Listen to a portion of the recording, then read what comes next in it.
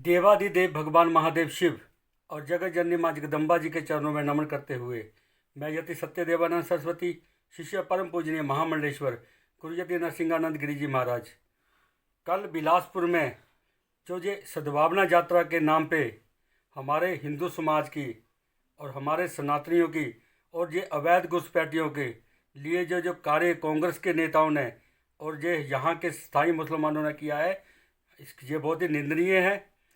वहाँ पे जो नारे लगे हैं, वहाँ पे जो बातें की हैं, वहाँ पे जो कांग्रेस का एक नेता है मैं उनसे यही कि सवाल करना चाहता हूँ कि मुझे ये बताइए कि क्या अपने मानव अधिकार के लिए और अपने देवभूमि के लिए, अपनी भूमि की रक्षा के लिए और अपने लोगों की जब पिटाई हुई है, जहाँ हमारे लोगों के कत्ल हो रहे हैं, उसके लिए आवाज़ उठाना, जहाँ अवैध घुसपैठी बांग्लादेशी रोहिंग्यों के लिए आवाज़ उठाना, क्या ये सांप्रदायिक आता है या ये दंगाई आता है?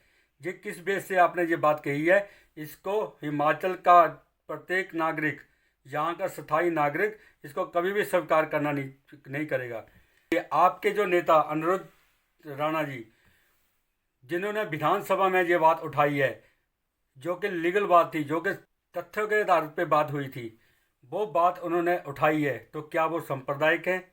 मैं कांग्रेस के उच्च जो हाई कमांड है उनसे भी ये बात पूछना चाहूँगा कि जब अनिरुद्ध राणा जी ने और एक हमारे और नेता हैं आपके कांग्रेस के, उन्होंने जब ये बात उठाई, उन्होंने इस बात का पक्ष रखा, तब आपने इनको दिल्ली बुला के इनको लताड़ लगाई थी।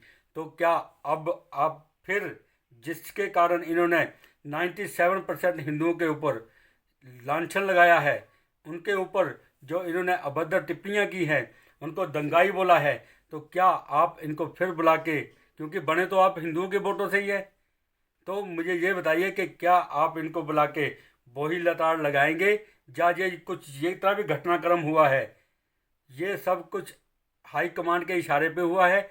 ये कुछ सवाल है। और एक बात और बता देते हैं हम आपको, मोहम्मद ठाकुर जी, अगर ये हमारा समाज सांप्रदायिक और हिंसावादी होता ना, तो आपकी हिम्मत नहीं होती कि आप हिमाचल में ये हिंदू विरोधी यात्रा कर पाते, हिंदू विरोधी रैली कर पाते। लेकिन फिर भी हम आपको, जब भी आप हमसे मिलेंगे, जब भी आमना सामना होगा, ये सवाल आपसे पूछा जाएगा। हमारे जितने भी लोग जगह जगह पे हैं, आप उनके सामने भी जाओगे तब भी ये सवाल आपसे पूछा जाएगा। आपको ये जवाब देना होगा कि आपने किस हिसाब से हम लोगों को संप्रदाय कहा है। और उस यात्रा में जो नारे लगे हैं कि ये देश नहीं है, ये देश है हम आपका, नहीं किसी के बाप का। किसके बाप का नहीं है देश? क्या साबित करना चाहते हैं ये मुसलमान वर्ग कि ये देश उनका है या कांग्रेसियों का है? क्या ये देश जो जहाँ के स्थायी नागरिक है उनका नहीं है? जिन मान्यता सनातनी है, क्या उनका देश नहीं है? क्या फिर तुम एक 47 का बंटवारा चाहते हो? तो जो BS मंडल का, जो इनके साथ में खड़े हुए थे, उनका जो हशर हुआ है ना, आपका हशर इससे बुरा होगा, ये ध्यान रख लेना।